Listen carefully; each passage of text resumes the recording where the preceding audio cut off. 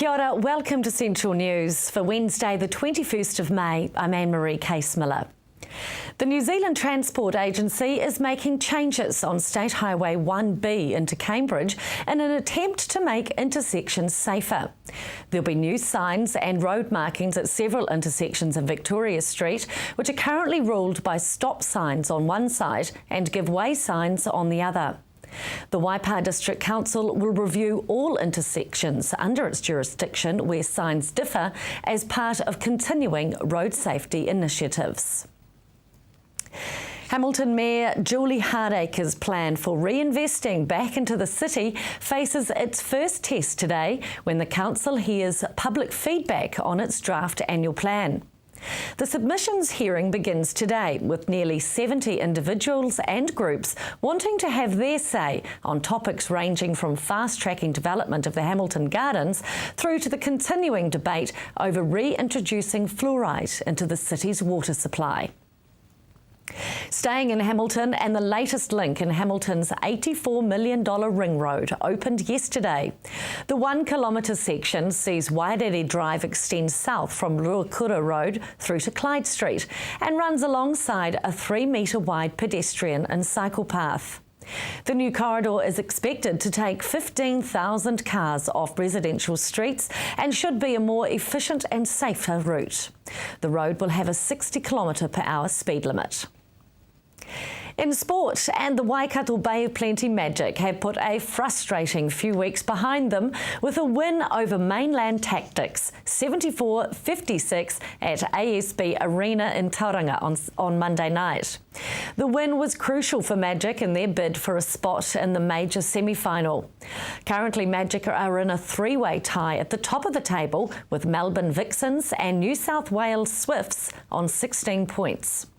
The Magic face a tough trip to Sydney to face the Swifts on Sunday before hosting fellow playoff contenders, the Queensland Firebirds, at Claudelands Arena on Monday, June the 2nd. Taking a look at the marine forecast now. Raglan, you can expect a southwest of 20 knots with a moderate southwest swell, high tide at 3:59 a.m. Bay of Plenty, expect a southwest of 20 knots with a moderate northeast swell easing. High tides at 2 minutes to 1 tomorrow morning. Still to come on Central News, we speak to a young inventor, and up next we catch up with Waikato Pistons US import Corinne Henry.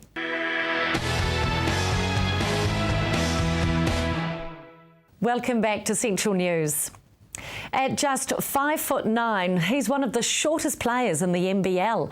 But Corinne Henry is making a big name for himself as a very fast, very nimble point guard for the Waikato Pistons. I caught up with the US import to find out how he's finding living in New Zealand so far. I like it a lot. It's really different compared to the States, and I was in Australia for a year, so it's kind of similar but different at the same time. Especially here in Hamilton, it's very quiet. The only thing that's really different is the weather. It gets the rain and then the sun and then the cloud and then it gets cold and hot, so that's the only thing that's different, but I like it. You were in Bulgaria and Denmark before that as well. Yeah, but so it was kind of similar. It was just very cold in Europe, so that was definitely different than here. How's the transition been from the Sydney Kings to the Waikato Pistons here in Hamilton? The transition is always, hard to come to a different country, play and start over, basically learn new plays and learn new personnel with the players and the coach. So, it's just about adjusting. Now, as point guard, your job is to bring the ball down the court and distribute it, but you are so nimble. You are up and under that basket before the other team can blink. Is that your advantage over the taller players? Oh yeah, definitely got to use my speed. I'm one of the smallest players probably in the league and probably in this profession, so I got to use my speed. That's one of my things that I have the advantage of, so I got to use it to my best ability. And you can jump too. Yeah, I can jump. I try to jump. I work with my legs a lot, so I can be a little bit athletic. Now tell me, you are quite verbal on court, both to the refs and the other players. Is that all part of the game? Yeah, I try to have fun. I talk to the refs to see, what I did wrong and what about the fouls. And, I'm the actual kind of captain on the court. So, I go to them asking what the players did wrong so that I can go and relate it back to my teammates and tell them not to do it for the next time. So it's all good verbal. It's not bad verbal. You're quite animated when a call goes against you, though, but you really do want to understand what went on, why that call was made. Yeah, I like to, I play with passion, so, this is what I love to do. So, everything that I do on the court is just like, I got a lot of passion in it. So when a call goes against me, I let them know, but in a respectful way. It does actually make for fantastic spectatorship as well, though, you on the court, because you are so fast, up and down, and you're just everywhere. Yeah, I try to be everywhere. My speed, I put my body on the line for my team to show that, I play hard and I'm willing to do whatever it takes to win. And, I'm a leader on the court, so I have to do that every night. You do play hard, and it is quite physical on court, but you seem to bounce back quite quickly. Oh, yeah, that's why we in the gym and, we lifts weights to try to get our body, ready for each game. And we do recovery and ice baths and then sauna and heat. So, it's the stuff we do off the court to make sure I'm good for the next game. You only started playing basketball in year 10 after giving up American football when you got injured. What do you love about the game? I just love the fact that it's not as much as physical as American football, and the fact that I can actually use my speed better, and, running up and down the court. And football got a lot of positions, so I'd rather just be 5 on the court at one time, and that way I can get a lot of time and do what I do. Have you played rugby yet? No, I haven't played rugby, but when I was in Australia, footy, I thought that, if I didn't play basketball, that would be one of the sports that I would play. I like footy. We need to get you out on the field with a rugby ball. Yeah, I think I can have a good crack at it. I think I'll be okay. You can see Corinne Henry in action tomorrow night at the Hamilton Boys High School gym when the Waikato Pistons take on the defending champs, the Southland Sharks. Tickets are available at the door and tip-off is at 7 p.m. In August 2000, consent was given by the Bay of Plenty Regional Council to build a $1.5 million artificial reef, and it was built from 2005 to 2008 with donations from the public and community funding groups. But the reef has never functioned as intended and was criticised by both surfers and the public. The council has decided to remove the reef, and Hilary found out exactly what this involves. So one of the methodologies for removing the bags is essentially sending a diver down to cut them open and allowing the tidal processes to move the sand from them, and then removing the geotextile bags. That's one of the methodologies that's proposed. But what the Regional Council wants to do is, in tendering the removal, is to get the people who know best about what the best removal process will be, and for them to put a proposal in for that. The Regional Council itself doesn't have any marine construction expertise, so we want to leave that to the people that know best, get them to put methods forwards, and we'll have those assessed appropriately and select a tenderer in due course. If that sand is dispersed back into the ocean, does that not cause more tidal problems? So no, the indications we've got are that the marine environment corrects itself well. So when it does, so it will move the sand around, it will correct itself and be back to normal with the removal of the reef. Yeah. How do you build an artificial reef? What is out there? It's actually reasonably simple construction. So it has, although not simple to put in clearly, it's geotextile bags filled with sand, pumped full of sand, and laid in this case in a V-shaped formation, about 250 metres offshore. So. The components of the reef, they're anchored to the seabed, so the components of the reef are actually reasonably basic. And in terms of it not being completed, was it just a case of running out of money? Certainly money has been a factor in completing the reef. The money was raised from the community through sponsorship, so it has been a factor in completing the reef, but also I think the people who constructed the reef ran into unanticipated problems in construction, and that also would have meant that it took longer to construct the reef, therefore it took time as money, and so that that was essentially why the reef was never completed.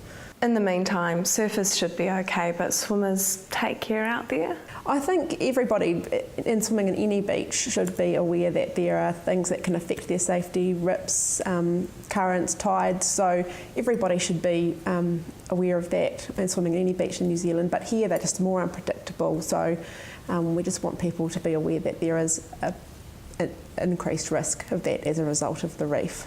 And if all goes ahead according to plan, hopefully by the summer period it's going to be nice and safe and the Tay Street artificial reef is gone? That's right, yes, we want to get it, we want to have the removal process finished before people come and want to enjoy the beach, our beautiful beach for summer.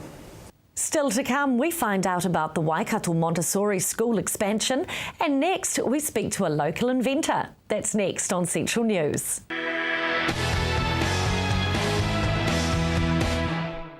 Kia ora, welcome back to Central News.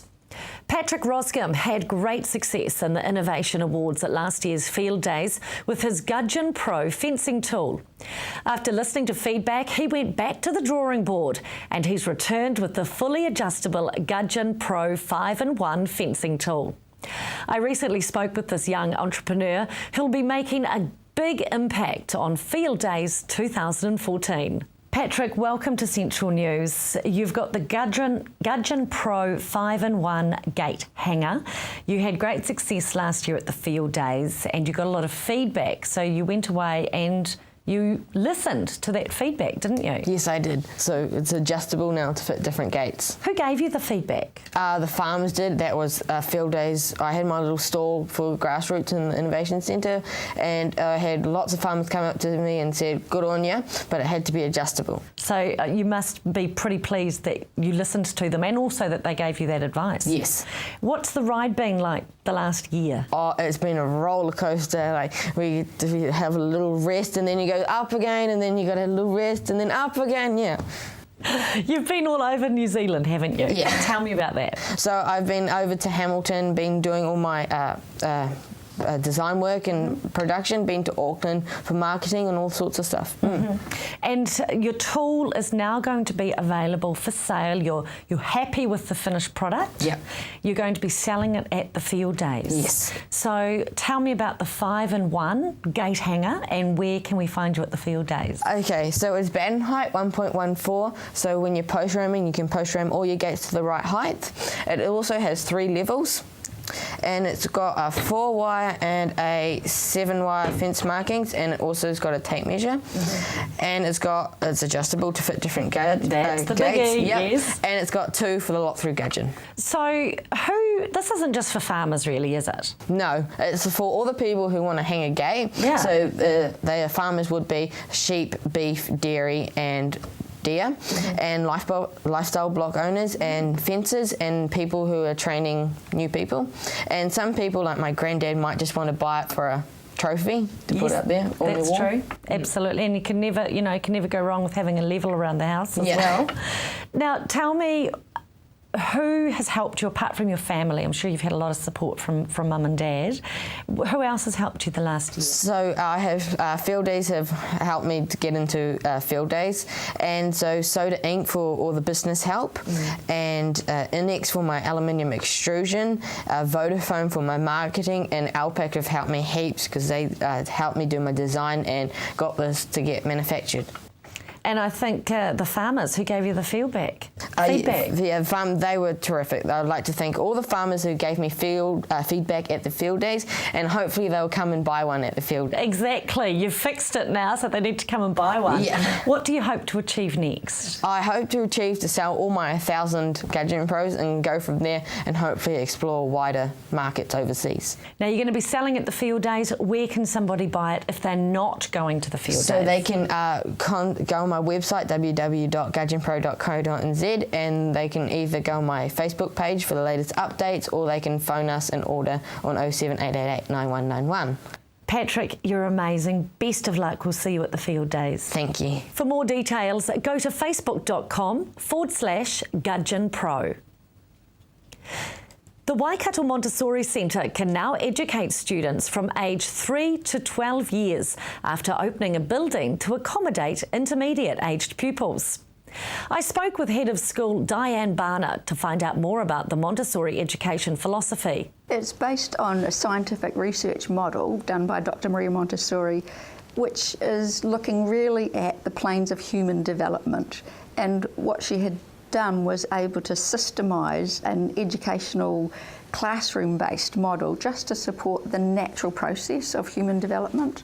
So she was able to look at the way that we grow and learn and develop and what tools that we would need to do that in a holistic way. What are the planes of development? They're natural processes that we all go through as we grow. So 0 to 6 is a plane of development, 6 to 12, and then 12 to 18. So they're 6-year timeframes, and normally the first 3 years is one of rapid attainment of new skills and learning, and then the next 3 is the refinement and consolidation of those. So that's why Montessori is based on 3-year age groupings within our school environments, because we believe that that's the best period for children to be learning and growing. So how does the Montessori education philosophy differ from mainstream? Quite simply, because we are based on that scientific model of human development, we're not based on politicians deciding on what should be in an educational system. We're based on what children need, and it's a natural process. Life's a journey, so what we're about is just supporting that natural lifetime process of learning. So it's developing that love of learning, which is natural in every child. Why do you think parents look for alternatives to mainstream education? Generally, parents may have had bad experiences at school themselves, or they can see a light in their child that they want developed, and they come and have a look and they realise that, well, most parents that we have come and wish that they had had a schooling environment like this, because you need to see what we do before you actually can make that decision and comparison. We don't set about to compare ourselves to other educational systems. We do what we do, and if it suits your family, because it needs to be an extension of your family environment, it can't be something which is quite different to what children experience at home. It should be just a natural extension of the way that you parent. Montessori still has all the elements of the New Zealand education curriculum though, doesn't it? It's just taught differently. Yes, it does. I mean, every curriculum has outcomes that children need as they go through life. So communication is a fundamental human need, so the way that children are taught to read and write, we just do it quite differently. What do you think the biggest myth is about Montessori education? Generally, the one we hear from parents is they've heard that it's quite structured, and that the instruction that we give to children is quite domineering in terms of the teacher, but it's actually not the case at all. There's a lot of freedom within limits within the classroom. For more details on the Waikato Montessori School, go to goldenbeads.org.nz. Up next on Central News, we find out about Snail Mail Day.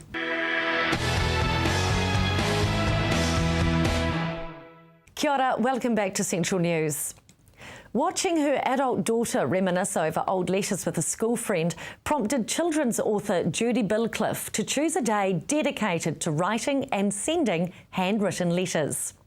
The inaugural Snail Mail Day happens Friday the 13th of June, and I recently spoke with Judy about the concept. Judy Bilcliffe, welcome to Central News. Now, Friday the 13th can be seen as unlucky for some, but Friday the 13th of June is all about snails and mail. It is, and maybe you know a white witch, and maybe she can weave her magic over everyone to get behind it and get it up and going. Tell me about Snail Mail Day. The Snail Mail Day is the 13th of June this year, and hopefully every year after, and where I'm encouraging people around the country and further afield to actually post a real letter to someone. Sit down, write a letter or a card and post it and send it. That's the one. Send anyone an interesting letter. That's How did you it. come up with the idea? It was watching my oldest daughter with her box of memorabilia, and it just occurred to me that our future generations are going to lose this. And then I mentioned the idea to my two oldest grandchildren, who are 11 and 8, and they were so enthused, I thought, well, I better do something. I mean, I could have waited till I was not so busy, but no, so here we go, we're up and running with it. So what would you like to see happen on Snail Mail Day? Well, Are schools getting involved? Well, because it's only been going about probably 6 days now. Because I'm a drama teacher, I do know, and writer, I do know a lot of people in school, so I started yesterday actually emailing people and letting them know.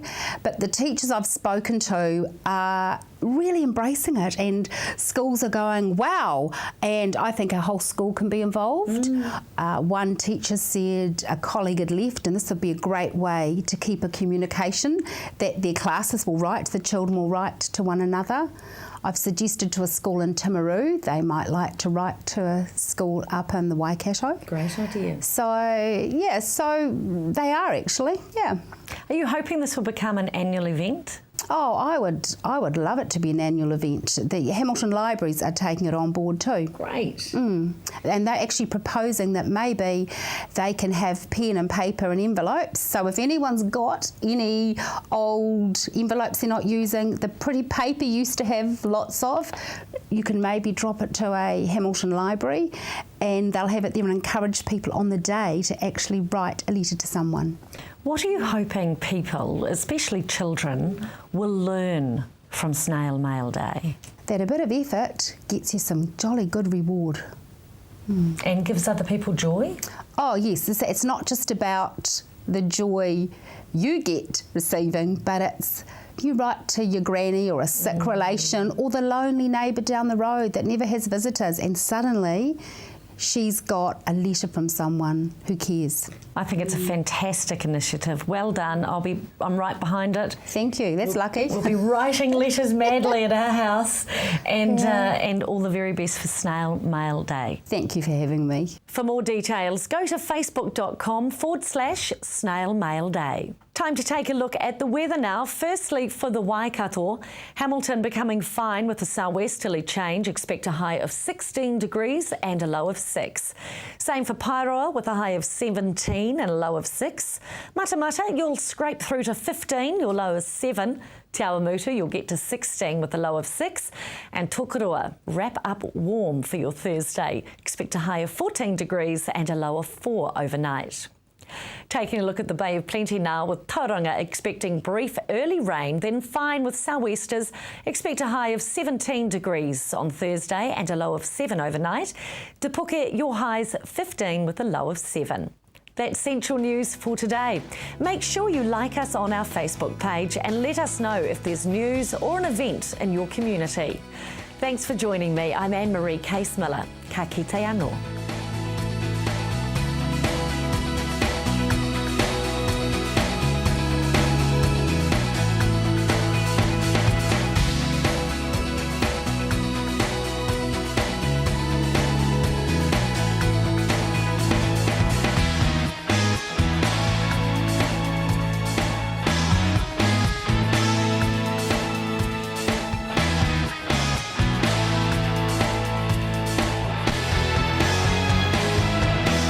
This has been an Alpha Media production, a division of Television Media Group.